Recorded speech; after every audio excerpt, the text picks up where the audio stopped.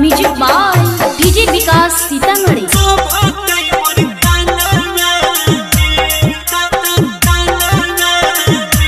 Singing by Gaurav Thakur. हे सैया double चोली ले ले आई हा, एगो रातिया में पिन्हई हा, एगो दिनवा में।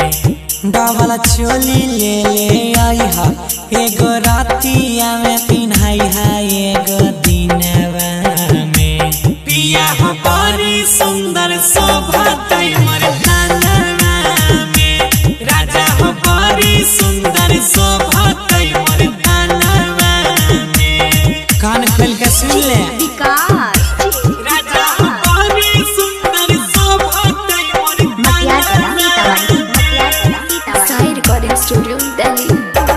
हाँ अपने छोड़ के चल गेल ह तू पटना शहर ह, तार पैछै जो बनवा तोरा होई नहीं छवा सर हो, होई नहीं छवा सर। लाजो नहीं लागे छ अपने छोड़ के चल गेल ह तू पटना शहर ह, तार पैछै जो बनवा तोरा होई नहीं छवा सर हो। हले नथिया भूली जइहा, पिया ले ले अइहा झुमकवा सुन कार्टूनमा में, सुन कार्टूनमा में।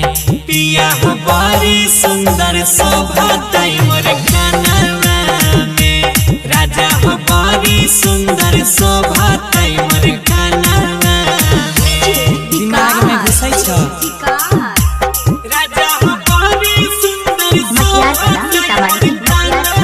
साई रिकॉर्डिंग स्टूडियो दिल्ली। हे हसैया रोजे रोजे खाली कामे करै छ, नै छ मौकी पर ध्यान ह। घरे नयै भट्टा चल जेब नहिरा कानत रही हसमांग ह, कानत रही हसमांग। बैठ के हुआ छी ह रोजे रोजे खाली कामे करै छ, नै छ मौकी पर ध्यान ह।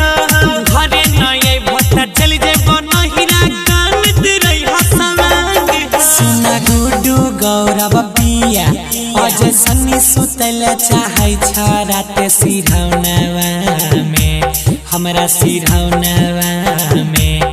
पिया हो कबले तारा सही बयन के सपनवा में, पिया हो आई भनै के सुततै के बोला संगवा में।